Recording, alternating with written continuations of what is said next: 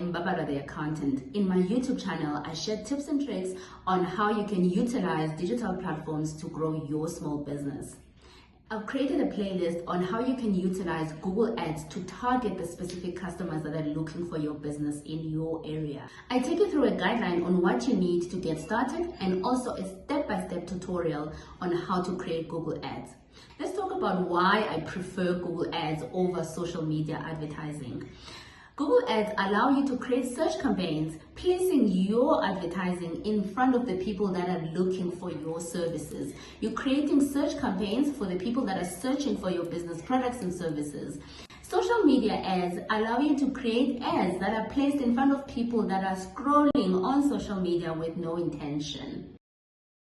If this is the kind of content that you enjoy, please subscribe to my channel, like this content, and also let me know what other challenges are you experiencing in your small business.